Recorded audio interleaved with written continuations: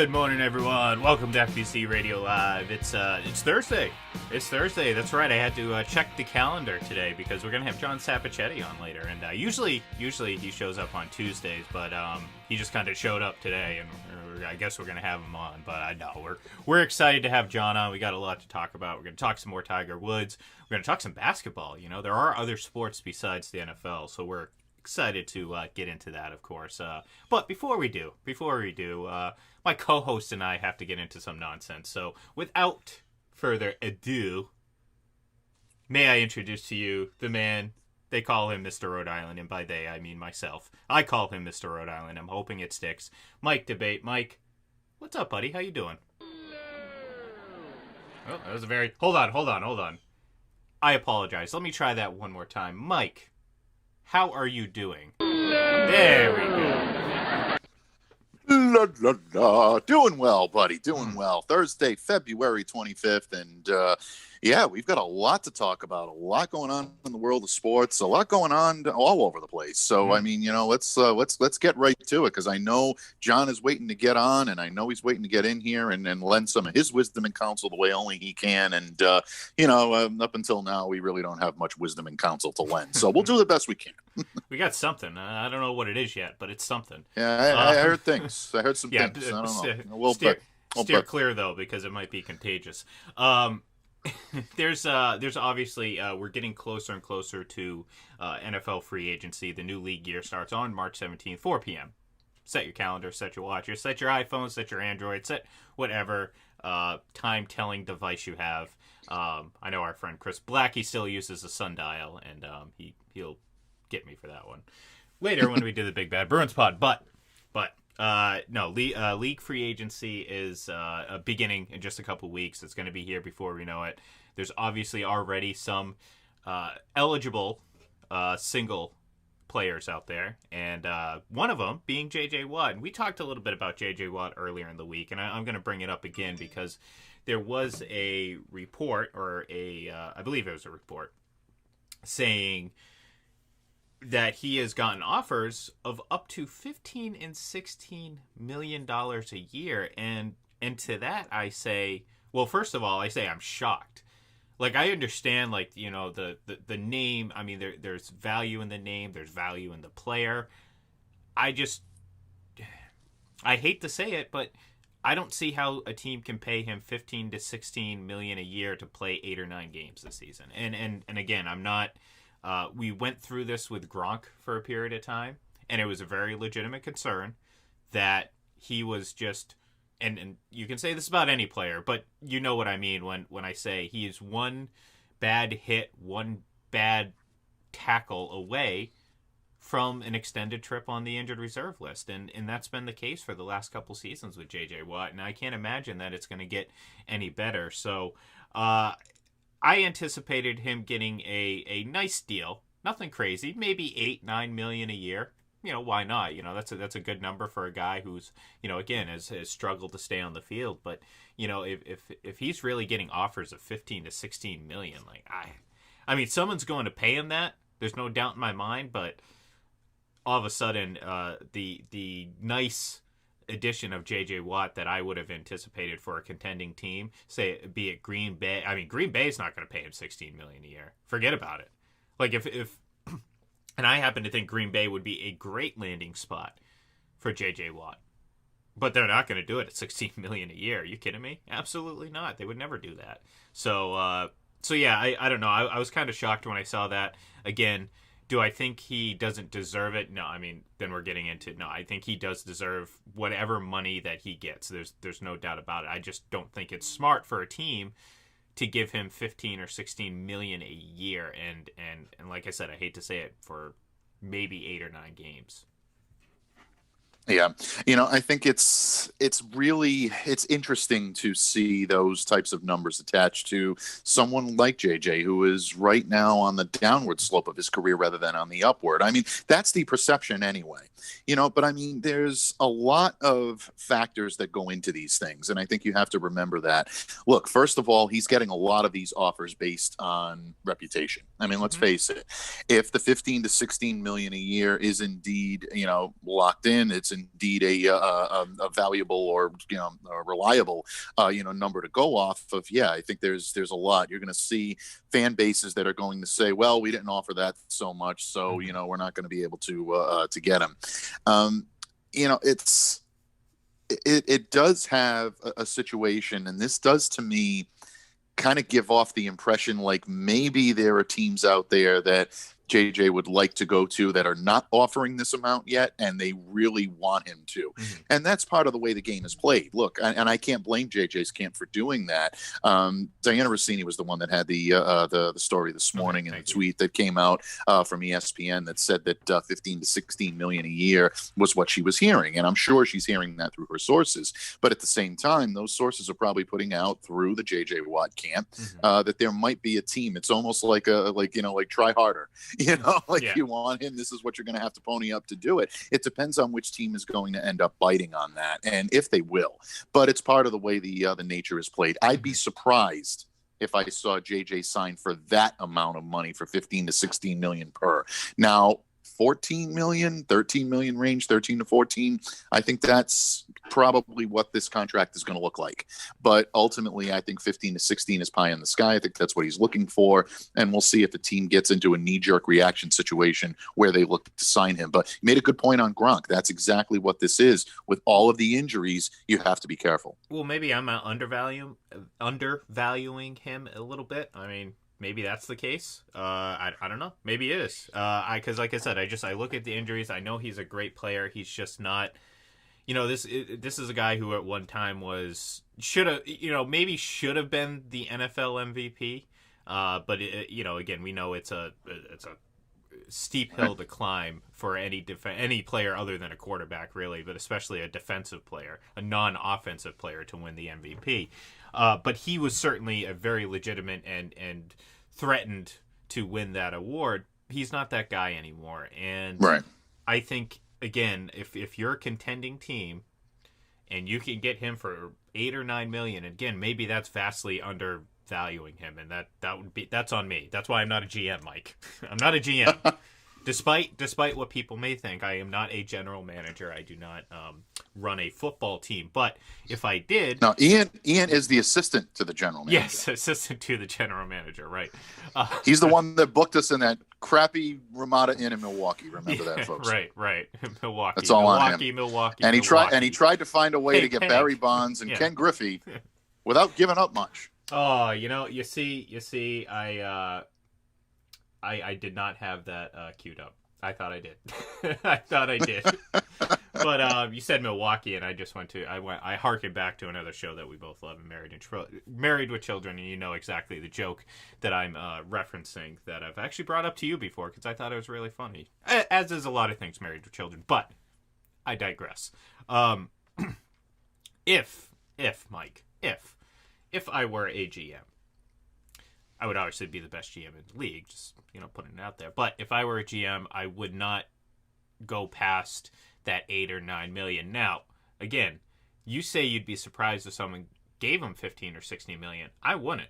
It's all a matter of what JJ wants to do. Like you're right. This could be a way to filter out the non-real offers. And by that, I mean, every team in the league is probably in some sort of contact and saying, hey, would he come here for X amount of dollars? Would he come here? And look, for some teams, yeah, maybe. But, for the Jacksonville Jaguars, probably not. I mean, why would he leave a team like the Texans after years of frustration to go to another poor franchise? So you're right. He's probably trying to squeeze as much money out of contending teams as possible. One, I don't know if there's a team out there that would give him that type of money. Maybe Seattle. Maybe, I don't know their cap situation, but I feel like that would be a knee-jerk move that they would make, that they'd overpay and to make sure J.J. Watt got in there because, Seattle, Pete Carroll, all that stuff. So maybe Seattle does it, but I don't see a Super Bowl contending team shelling out that much money. I just, that would be foolish. Maybe the Browns, again, maybe you consider them a Super Bowl contender. I'm talking about the steadfast, the ones that the teams that are there every single year, not the fringe. Perhaps they're going to be contenders this upcoming year. I don't think those teams are going to shell out that type of money, and I think it'd be foolish because if I'm a betting man, again, I hate bringing up injuries, but the guy's got a history, and the history's of missing a lot of games due to injury, and I don't know if I would want to put all my chips into the JJ Watt basket if it means all my chips being 16, 17 million a year. Absolutely. No, and I guess in the long run, yeah, there may be a team out there that's willing to go that extra mile. But like I said, when you play the game and you try to balance out what JJ is going to bring to this team, the injury history, everything of that nature. I think I always go with virtue lying in the middle. I think that, if he's being lowballed by certain teams, I think they will step it up if they feel that he is a difference maker and someone that can get them over the top. You mentioned Green Bay. I think Green Bay is a very logical spot for him, but not at that price. I don't think they go 15 to 16 million. Does that mean they lose out on him? Perhaps. They may look at it and say we're better off allocating our resources elsewhere. They may look at it and say, look, 14 is the best we can do, or 13-5 is the best that we can do. But if you come here, you're going to immediately contend for a spot in the NFC.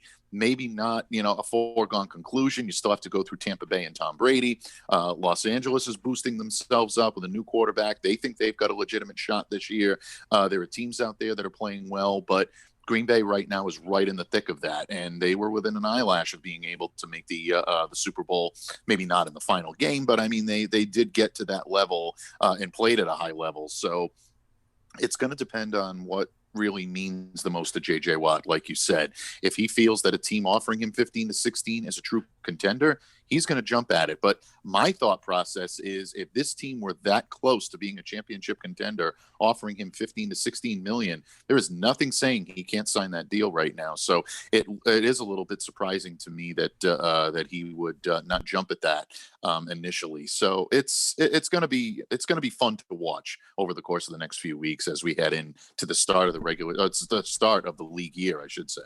No, remember too. I mean, he's a guy that can sign immediately. He can go, he can sign today if he wanted to. Right. So, again, we'll see. It'll be interesting to see. And am I rooting for him? Sure, absolutely. I want to see him play a full season. I want to see him, be successful, albeit, not at the expense of the Patriots or, now in a new world, Tom Brady. There's two priorities here. First and foremost, as long as the Patriots do well, I'll be okay. But second, don't F with Tom Brady. That's just kind of just how I live my life right now. But yeah, we'll see. We'll see how it plays out. And again, he's not the only one. There's so many other free agents out there. We're gonna really start diving into that probably next week because we're getting obviously a little bit closer, and it'll be March by then. So yeah, I mentioned before, John's going to be joining us here in just a few moments. What's funny is I just looked something up, and it's actually kind of curious. I kind of wish I would have seen this before, but today is the I got to do math. 81st anniversary, 1940. Okay, don't check me on it if I'm wrong. Don't point it out. I'd rather not be shown my mistakes. 1940 on this day, February 25th, the first televised hockey game in the United States was played between the Rangers and the La Habitants, the Canadians. Wow. Yeah. So a long time ago, 1940. Once again, our good friend Chris Blackie was allowed to see that, and yeah, I'm really kind of digging my own grave here because if he's listening, and he better be. We have a Big Bad Bruins recording to do tomorrow, so I'm sure I'm going to hear it. But yeah, there you go. Montreal Canadiens, New York Rangers, original 6 franchises. Mike, who won the Stanley Cup in 1940? Come on, you know. I don't know. I'm going to have to defer to Blackie if he was there. I think he's going to have to let me know. I think he covered it. To be honest with you, let's see. See, the problem is I'm on camera, so I can't pretend like I didn't just look this up. But It happened to be the Rangers. They participated in this game. In 1940, the New York Rangers beat the Toronto Maple Leafs. Yes, folks, I know. The Toronto Maple Leafs do actually, or have actually played in the Stanley Cup Final before. I know it comes to a shock to a lot of folks out there that may be hockey fans for the last 50 years, but the Maple Leafs actually have been to the Stanley Cup Final. I haven't got a good jab in at the Maple Leafs for a while. You know, the Bruins and the Leafs aren't playing because of this new divisional alignment, and yeah, it's it's throwing me off a little bit, but it's okay. It's always good to get some laughs in at the expense of the Maple Leafs. Well, yeah, exactly. And look, you know, here's the thing with this unique season, there is a potential that we could get a Montreal Canadiens versus Boston Bruins Stanley Cup Final, and you know what? I'd be all there for that. It'd be a lot of fun. By the way, Bruins Flyers Lake Tahoe game this past Saturday or Sunday. I don't know what it's Sunday, right? Yeah. This past Sunday, record viewing on NBC, highest rated hockey game since the NBC Sports has been carrying the product for the last 15 years. So and rightfully so. I mean, look, from the two teams, I know the Flyers were a bit shorthanded, and you know, everyone understood that going into the game because of how many players missed the game. But the two teams, the history between the two teams, the backdrop, the incredible backdrop. I've seen it. Like I said, I used to be a goalie. You know what? I still am a goalie. Once you're a goalie, you're always goalie. I don't care if I haven't been on the ice in a while. Still a goalie. I would have sucked that game because all I would have been doing was looking at the mountains. Not even paying attention. It's like, look, I don't care. I see this incredible backdrop. Lake Tahoe, snowy mountains. Oh, it's fantastic. But I'd love. The question is, would you accept the invitation to stay at the home of Michael Corleone in Tahoe as his guest? Ooh. Don't go fishing. Ooh, yeah, I was gonna say, I don't know. Don't get in the fishing boat. That's something I'd really have to think about because you know, I could be holding in my home, my bedroom where my wife sleeps. Oh man, no, I it's been a while since I've been up to Lake Tahoe, but you know, maybe once all this stuff starts to go away, I'm starting to sound like people trying to wish Tom Brady away. Once all this stuff goes away, and it's like months and months later, and Tom Brady terms, it's years and years later. You know, we've seen it. People get frustrated over it. But once all this goes away, maybe I'll have to, you know, dust off the old road trip wheels and get going. You know, maybe go on a nice little cruise. You know, not like an actual cruise. You know what I mean? Who wants to go on a boat packed with a bunch of maniacs for days on hand? No, thank you. This is how I felt before COVID. Let's be honest. And I love being on boats and everything like that. I'm just good being packed into a petri dish of people stuck out at sea. So I'm Tune in tomorrow, yes, folks, where Ian breaks down a Thursday night binge watch of The Love Boat, folks. Yeah. Oh God, I wish I had that queued up, man. You know, exciting and new. There you go. Come aboard. You don't need a queued up. I can just say. No, keep going. Keep going. I'm gonna mute my mic right now, and you go ahead and you just keep singing. If you think I'm continuing that to give you the opportunity to get more sound bites out of me, you have sorely mistaken. Damn, you know me too well. I was sitting here. I had a notepad ready. I was ready to take them all down so I'd remember which ones to pull. Yeah, it's now I got that damn song stuck in my head. You know how you fix that? You do something Bring in John like Sapichetti. Well, no. He's not here yet, but you play Night Court theme song because this is another song where you can, really get into it. And then, see, now this is all I'm thinking about. Keep this going. All right. I love it. No lyrics to this one, Mike. Oh. These are our lyrics. Underrated progressive jazz right here. Oh, it's fantastic. Oh, I love it. Oh, man. Okay, so thank God we did that because now I have that other horrific song out of my mind because, Mike, you almost ruined my day. No, I mean, you could picture like this being like played as like a progressive jazz song in like those late '70s, early '80s, like like those Oh, dark bars, this is a great song. Yeah, Night Court thing? the ones with the ones with the like the red fake Yep. leather, got the little candles on the table, Dudley Oh, man. Moore's sitting there with a martini, you could picture it all. It's great. No, it's good. It's a nice visual, actually, now that I'm thinking about it.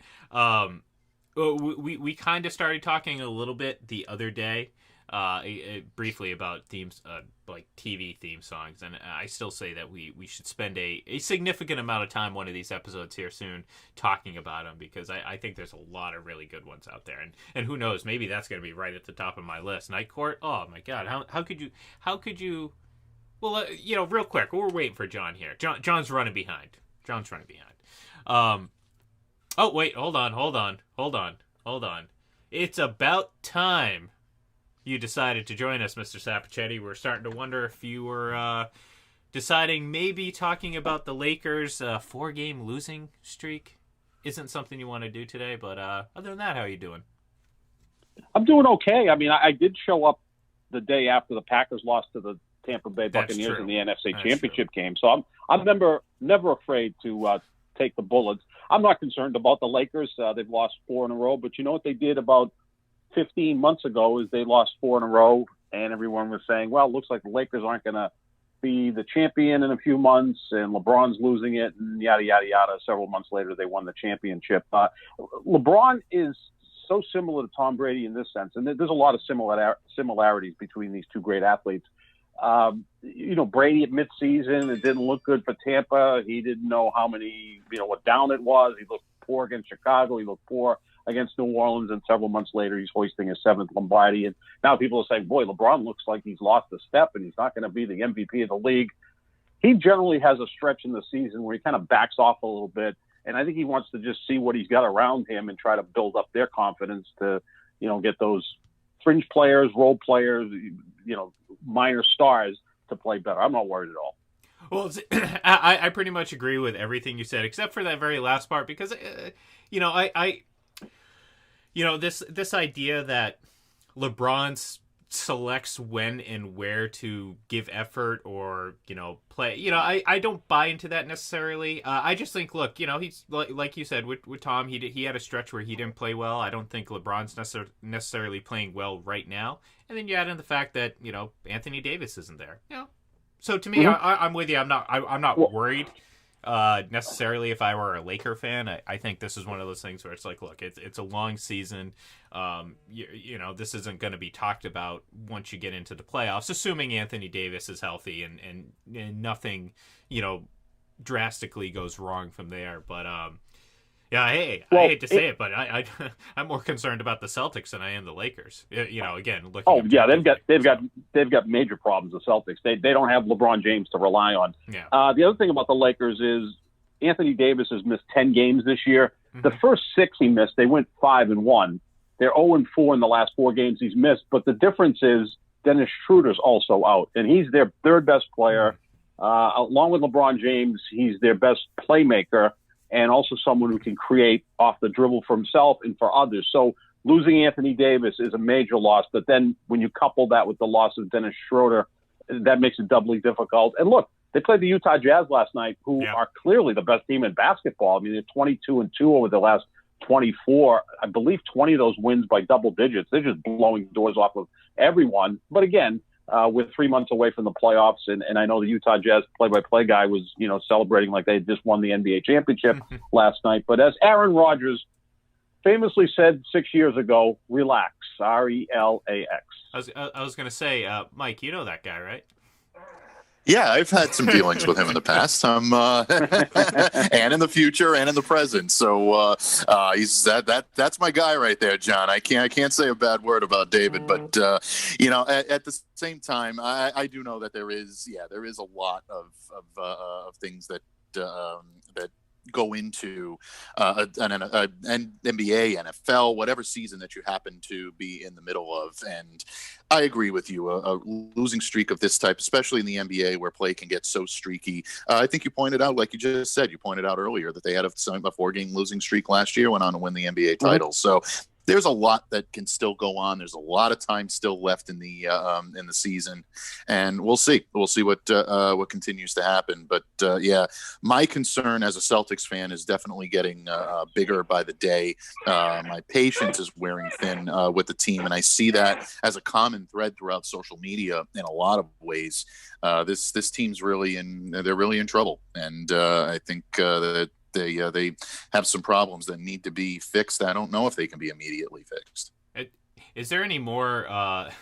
We do this. I feel like it's every year. The pendulum swings as to which team is closer to a championship, the Celtics or the Bruins, and it's always like mood, based on mood. It's so erratic. Like, 1 month it's the Celtics are the closest, it's the Bruins that are the closest. Well, look, I think it's really been the Bruins the last several years, and I certainly enjoyed and watched what the Celtics have been doing and been very optimistic, but at a certain point, you gotta stop wondering when, but wondering, well, if it's going to actually happen, and at this point, I think there's good reason to doubt what's the Celtics' plan, and do I think there's drastic changes needing to happen in terms of front office or coaching moves? No, I don't think that's the case.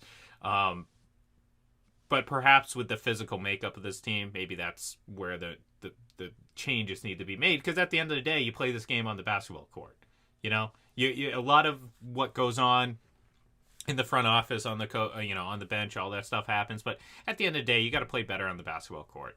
And I think, I don't want to say I've seen enough, but we've seen a lot. And the results and the end game of it all isn't what you want if you're a Celtics fan, or certainly anyone on that team that is trying to win a championship and has been for going on 13 years now.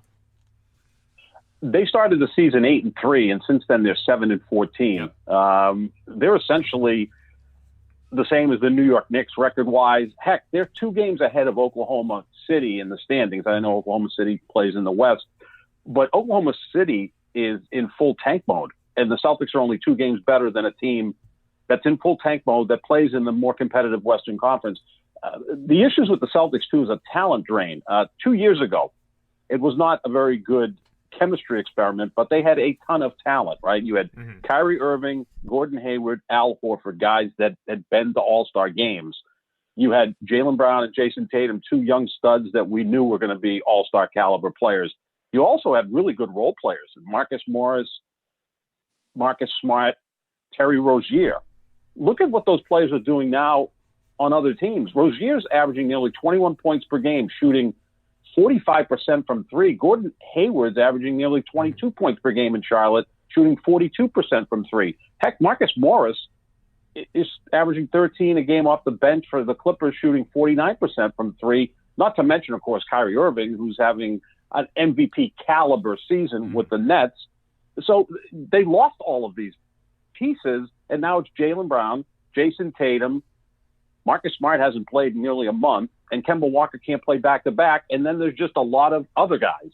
So a lot's fallen on Tatum and Brown at this point, and they're not quite equipped for that. But they also are to blame as well, because it doesn't seem like they're learning how to close games or win games and do what's necessary on both ends of the court to make it possible for this team to get through some tough stretches.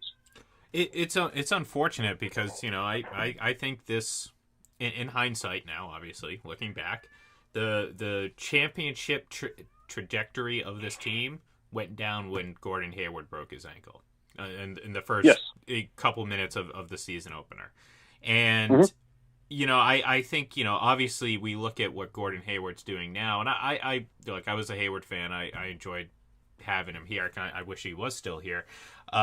Maybe he doesn't regain what he's doing now until he leaves because of the situation and because of how everything unfolds. Obviously, Kyrie, I don't have as much buyer's remorse or seller's remorse about that. Just because, again, with Kyrie, it's who knows if the situation, really was perfect for him. Who knows? I mean, he already kind of blew up one perfect situation for himself, so it wouldn't put it past him. Maybe this is better. Kevin Durant and James Harden, maybe that's more his, his flavor or whatever.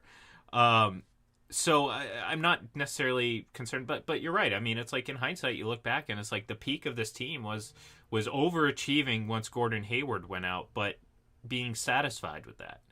Like, you know what I mean? Like, everyone was like, the expectations eventually obviously changed once Gordon Hayward went out. So it wasn't necessarily going to 4 straight NBA final teams anymore, but the expectations were still high. And then they started to overachieve. And they were actually competitive, and they pushed teams like LeBron to the brink. But it didn't happen, and that was kind of the peak. Looking back at it now, and no one ever kind of realized it. You know that saying, like, do you ever really know you're in the good times until the good times are over? Well, when it comes to this run, it kind of feels like that was the case. Like, we thought at that point that was the low. Think about it. We saw that. We were like, you know what? This is the lowest this is going to be. And we know why. Gordon Hayward gets injured. There was some bad luck. It happens to teams, but they still persevered. And we're like, wow. The moon is the sky's the limit for this team, and it never really got better than that.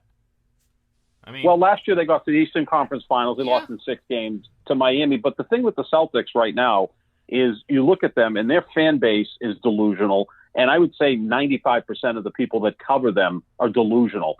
It's good to hear that Mike Gorman, who was one of the nicest gentlemen I've ever met in the business, is now getting pissed off, which is great, because normally the team broadcaster doesn't say anything bad about the team, but Mike Gorman goes on a local radio station once a week to talk, and yesterday he actually swore they had to bleep out some of his comments, which was like, wow, Mike Gorman's swearing about the Celtics. Even Galabrini last night after the game or during the game wasn't really critical of the Celtics. He was saying, "Oh, Trae Young is unbelievable. It looks like he's playing horse." Well, no one defended him. I mean, Trae Young's a very good player, but imagine if they were playing Steph Curry last night. Lord knows what he would have done.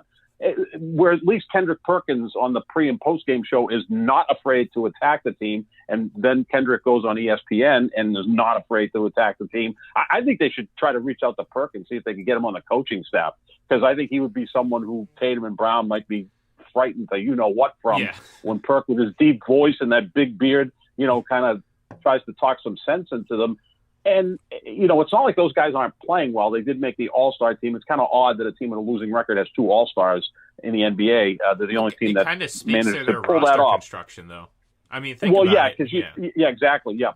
Marcus Smart, who's a glue guy, who actually got a technical last night in civilian clothes on the bench. It appears that he may have been the only guy on the bench that gave a bleep about how poorly the team was playing last night.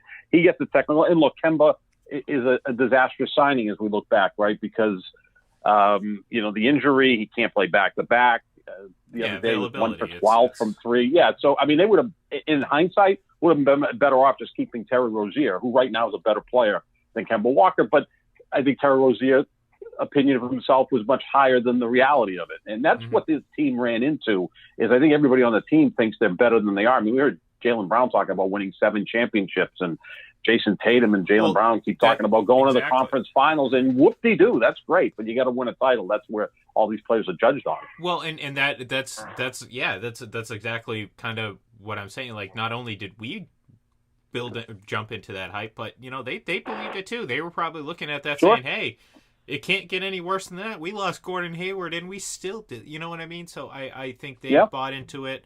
And you remember at the time too, there was some concern that, when Jaylen Brown said the things he did, and I can't remember, this was 1 or 2 years ago now, when he said those things, it's like, okay, relax a little bit, because I always kind of poke fun at at this. Not 2, not 3, not 4, not 5, not 6. Yeah, okay. He's getting there. He's getting there. Well, yeah. He's getting there. Yeah. And he has a lot more to do with how many they win than Jaylen Brown or Jason Tatum will ever have. I mean, of course, that's not a debate I'm looking to have right now. That's certainly not the case. No. But that's the thing. It's like, we see it. We saw it with the Chiefs. You look, if anyone's going to sit there and say they weren't cocky as all hell, then you'd have your Chiefs blinders on, and I think that was one of the reasons why they lost that game, because they thought, well, we can just do whatever we want when we want, and that's kind of and at least the Chiefs had something to base that off of. They had prior success winning a Super Bowl last year, so they could the Celtics haven't. Like you said, they're satisfied with Eastern Conference Championship appearances, not wins, appearances, because that's all it was. And you talk about, they went to the Heat. Well, look at the Heat. Look at what the Heat are. You know what I mean? Like, you would think a team like the Celtics would have been able to take advantage of a team like the Heat, who were certainly a team that I think overachieved. Thinking about hindsight, they're a team that overachieved last year. You would think a Celtics team that's very experienced going to Eastern Conference Finals would know how to win that. But and I just think that you look at these duos, and I think everyone overrates Jason Tatum and Jaylen Brown as a duo. I keep hearing about how they're losing to inferior teams, and then I look at the rosters, and I'm watching the New Orleans game. The Celtics get up 24 points midway through the third quarter. But the Pelicans have Zion Williamson and Brandon Ingram, who that's as good a duo as Tatum and Brown. I'm sorry, it is. Oh, yeah. Zion's going to the All-Star game this year. He is a force multiplier more so than Tatum and Brown. Brandon Ingram was a borderline All-Star this year, went last year. And then after that, I think Lonzo Ball's better than anybody else on the Celtics roster right now. I mean, he could do more than any other player the Celtics have, not named Jason Tatum, Jaylen Brown. So the other night, they lost to this terrible Dallas team. Well, Dallas has Luka Doncic, who's miles ahead of Tatum and Brown because he's a player. Again, I use the term force multiplier, makes those around him better. He's an exquisite passer. So sometimes it's like, Tatum and Brown, this is the best duo. I think people think it's Jordan and Pippen, when maybe at its ceiling it's going to be Paul George and Jimmy Butler, and that's not bad. That's not bad, but is that enough to win your championship? Yeah. That's the question. Yeah, and look, I mean, we're lockstep in this. I agree with everything you say, because it's frustrating. I mean, how long do you have to hear about the potential? How long do you have to hear about what this team could potentially do? And look, I think I don't think this is a blueprint to success, what the Nets did. I think just the happenstance or the circumstances of how, trading for KG, Paul Pierce, being absolutely awful, and then somehow being able to get Kevin Durant, Kyrie Irving, and now James Harden, that's not a blueprint for sustained success in the NBA. It doesn't always happen that way. But the fact that they've been able to do this and look more like a championship team, all while the Celtics have been trying to build up this team after that trade, it's kind of it makes you a little impatient. I know Mike, I can hear him cursing, even though you hear nothing on the other end. I know he's throwing all the. He's like Mike Gorman right now. He's swearing, exactly. And you're gonna have to, Luckily, we don't have to. Yeah, the silence is just like one gigantic bleep button right now. That's what it was. I'm swearing up a storm back here, but Ian had to put me on mute. You got to calm me down a little bit, John. Yeah, I got the bleep noise. George is getting upset. Yeah, George is getting upset. That's right. 7. That's right. Tom Brady has 7. I should be getting my 7 TB12 T-shirt any day now. It's out in transit. I saw you wearing one this morning. Yeah, I'm wearing another. I have a whole wardrobe of TB12 stuff. Now, do you have pajamas? Do they come in? They're pajamas? Not in yet. Oh, okay. I had to special order footy pajamas because when I called and tried to ask for an adult size, the person hung up on me and thought I wasn't serious. So, and Ian also has ordered 7-minute abs, which will be arriving probably within the next day or so. Abs, right? So you will. Yeah. I do everything in sevens now. I only get $7 worth of gas. Yeah. I only pay if my bill is $5.87. I pay $7. I pick all sevens. If Brady really wanted a troll, he should wear number 7 next year. What's curious was wear number 8. That was actually the number that he was planning on taking had Chris Godwin not given him which I thought was curious because I was like, oh wow, 7. I thought if he was going to take another number, well, 10 makes sense, right?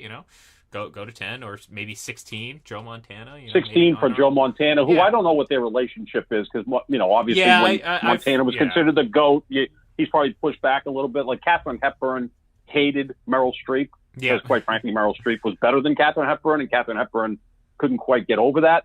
She said she's an actress who you could see her acting, which isn't natural. Well, okay, Meryl Streep's the greatest actress ever. So, sometimes the all-time greats, when someone comes along that's better, kind of push back. That's one thing I always admired about Ted Williams. Not to get off a tangent here, but Ted Williams always appreciated the modern players. Who can forget the '99 All-Star game when Ted Williams was in the golf cart and all the players just surrounded him, and he was in his glory. He was having conversations with Sosa, McGuire, and he loved Tony Gwynn. And he said, Tony, you got to start pulling the ball a little bit more, show some power. And Gwynn started to hit some home runs. But I always appreciate when the greats embrace the future greats. Yeah, and look, I feel like, and I don't want to say this definitively, but I feel like there's been, I don't know, maybe tension is too strong a word, but kind of to what you're saying with Montana. Like, I feel like, Tom's never been necessarily welcomed with open arms. Now, again, maybe I'm speaking out of turn here a little bit, and someone can correct me, and perhaps their relationship has changed. But I felt like there was a time when he was kind of pushing Montana's records that, it became, just natural. I mean, you're competitive. I mean, I'd be the same way if I was Joe. So, I mean, I'm not sitting here saying, I'm not criticizing it for it. If I recall correctly, I believe that was the case. Speaking of San Francisco, interesting story that originated through our site here, Full Press Coverage. Yes, congratulations! A lot of national traction on that. Then everyone mentioned the Eye Test podcast, and it was great. It was locally and nationally. Yeah, it was pretty cool. But the thing about it is, it's newsworthy. We're talking about Jimmy Garoppolo, and we talk about how packed. Mike and I did a quarterback prediction show about a week or so ago, and about where teams are going to go. And I'm almost certain I said Jimmy Garoppolo is going to stay with 49ers. I would blindly say that I did say that, but hey, there are receipts out there. You can easily go back and pull it up. And if I said something else, you can call me out on it. But I'm almost certain. I'm hedging my bets here. I'm almost certain.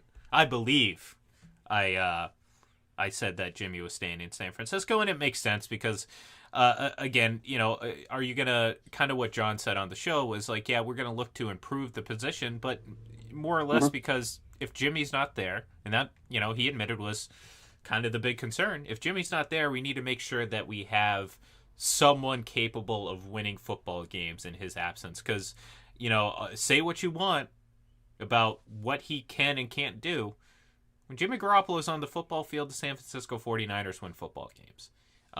They do.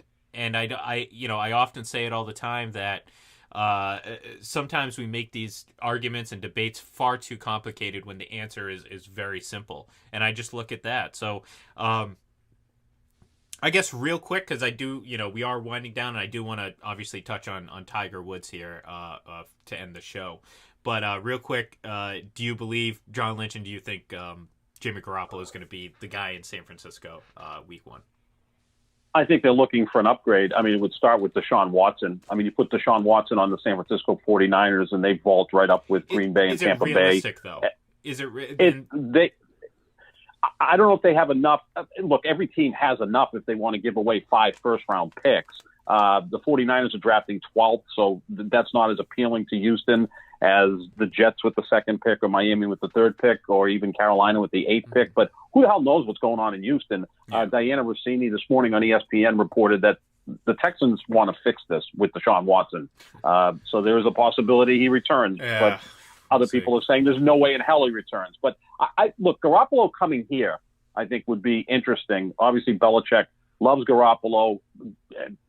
It takes a few years for him to get his way, but he has Garoppolo as his quarterback.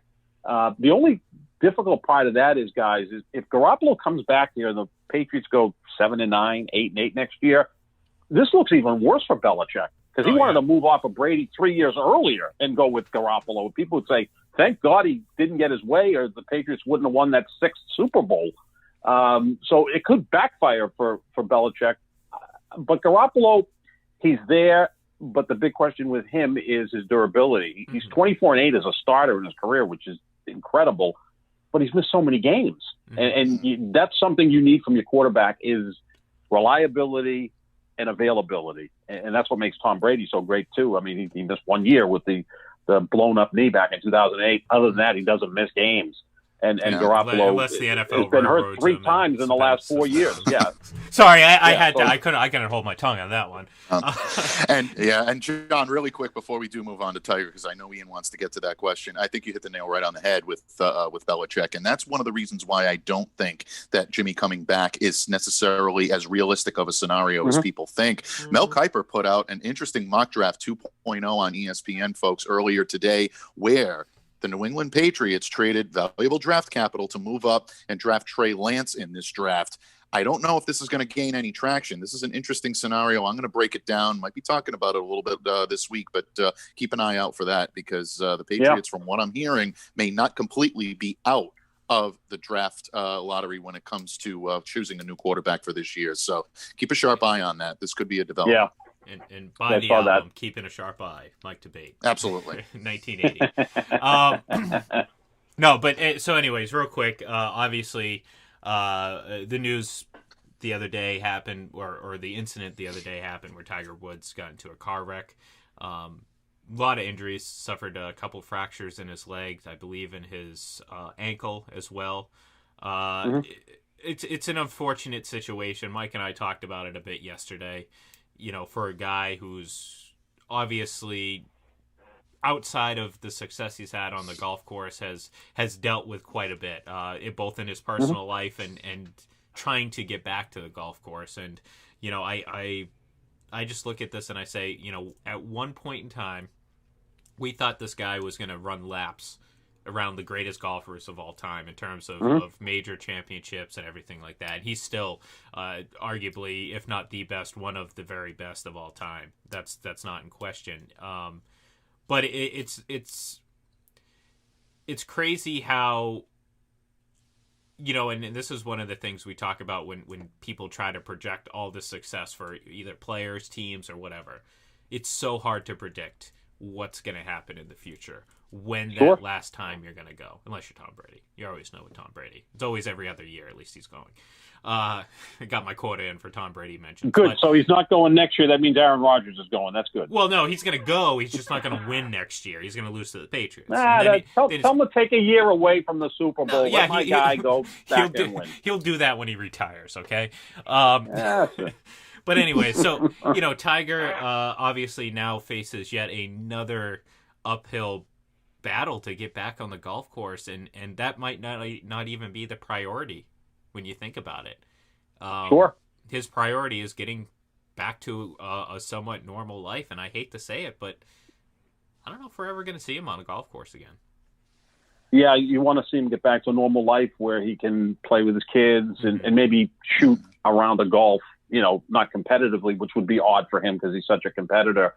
Look, I think Jackie Robinson's the most impactful athlete in the history of our country. I mean, he broke the color barrier. That's something that had to be done earlier than it was, but what he went through going through that is just incredible.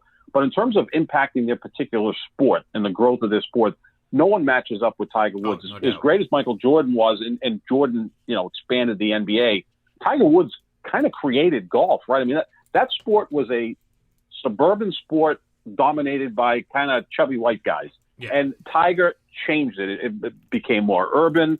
All of a sudden, golfers had to work out more because Tiger was in great shape. Tiger made the courses obsolete, so they had to be lengthened.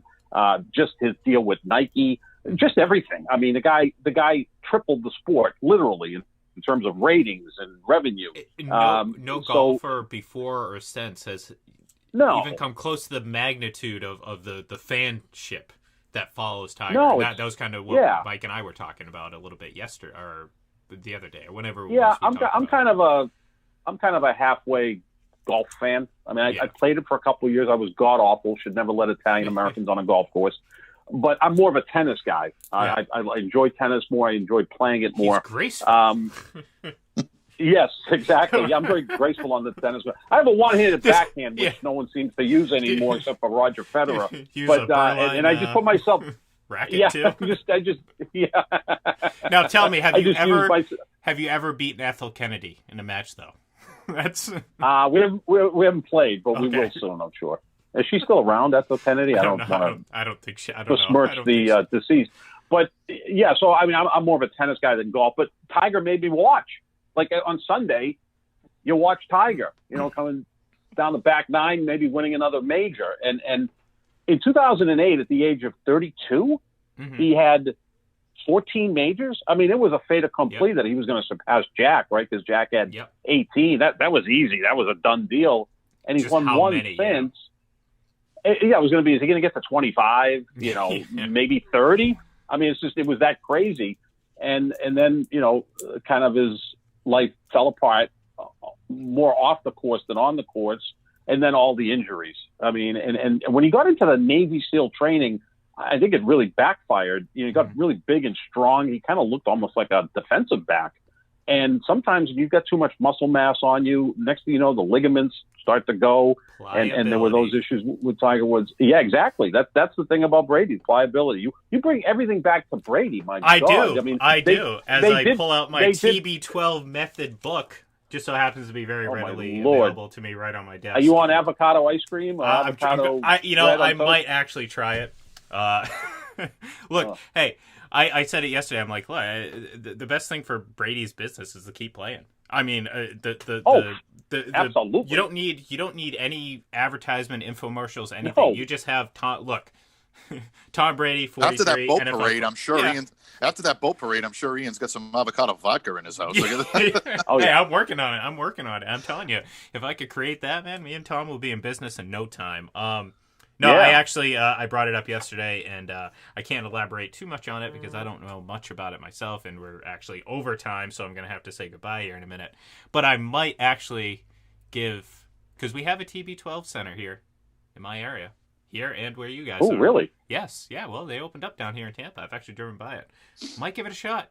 Maybe I'll report on it, let you guys know how it goes. How close are you to Tampa? 20 minutes. 25 minutes. Oh, man, you're going to be season tickets are probably at a premium now, but I'm sure you'll be trying to get into Raymond James Stadium pretty soon. Well, I've gone to a couple years ago when the Patriots played the Bucks in Tampa. I got to go to that game, and I actually went to randomly a Redskins Buccaneers game, formerly obviously Washington, now the Washington football team, back in 2006, the Adam Archuleta days back in Washington. Oh boy, yeah, well, right. You're kind of like De Niro in the movie The Fan, so you got to be careful. You don't want to go too far. Show up on the field as a referee and try to impact the game in favor of your favorite player. But that's awesome. I mean, you get to follow him up close and personal. Have you been by his humble abode, which he rents from Derek Jeter? I'm not at liberty to say. Okay, because there could be some stalking charges, and there may be some. Ramifications. No. Don't say that. People sometimes take things literally. Well, that's the problem with all of our newfound listeners. Hopefully, they don't think I'm just some psycho. But then again, here I am, sitting in a Tom Brady T-shirt, holding a Tom Brady. That's okay. Our longtime listeners already know that. But, yes.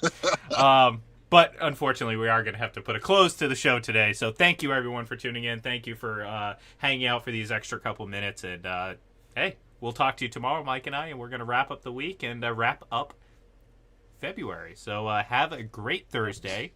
Enjoy the snow. Enjoy the heat if you're down here with me. And just have a great day. We'll talk to you tomorrow.